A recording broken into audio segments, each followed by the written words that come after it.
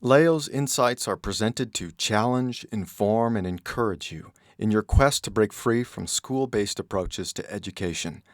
Building upon a foundation of unschooling, we sincerely hope these insights help you to consider how education can be truly unlimited. I sure hope that you have clearly received the overarching message being advanced in this series on authority. Simply put, parents, you have it. It does not take a Mensa IQ to know that only a man and a woman can create children. Other combinations and lifeless entities are not able to produce living human beings, so they have to steal them from those who can.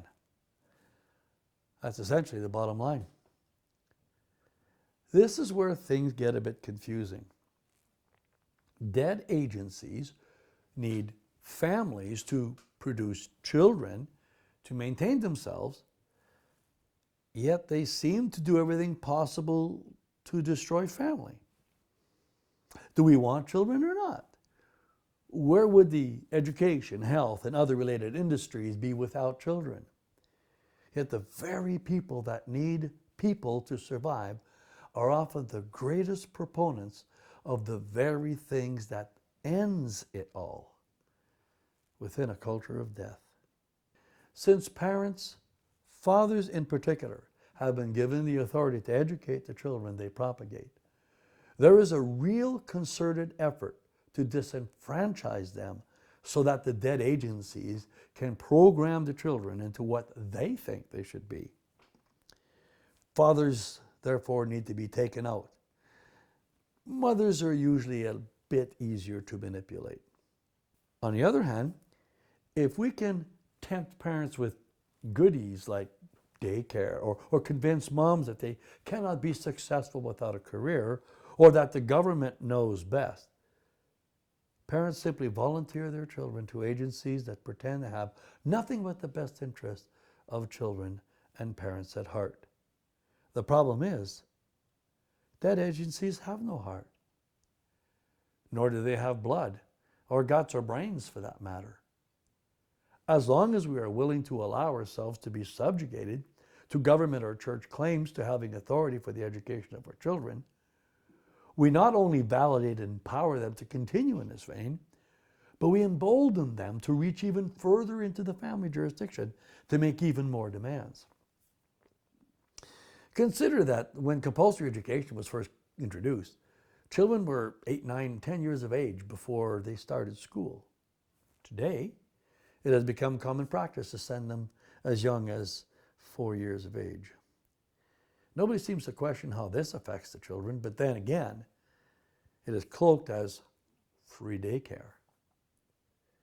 There is one more thing that needs to be discussed respecting authority. God simply delegates authority, whether we acknowledge it, accept it, respect it, or even understand it. Even more important, it is clear that God has not given anyone the right to abdicate that authority. Putting this in the home education sphere, God has authorized the father as the trainer and teacher of his children. If he complies, with his wife's help, of course, he has simply fulfilled what is required of him by God. If he decides to let the school do the job, he is still responsible in God's eyes. His wife's failure, the teacher's failure, the school's failure, the government's failure will all be deemed to be the father's failure in the end, because it is he who has been authorized and therefore is responsible for the education of his children. Regardless of what outside agencies have claimed respecting authority to educate, God's expectation of the father does not change. There will be no buts, no ifs, no I was just, actually, no excuses. Know your authority and act accordingly. We trust you were blessed by today's presentation. For more helpful information to guide you in your home education journey, please visit educationunlimited.ca and leogaumont.com. Be sure to like us and share us on Facebook.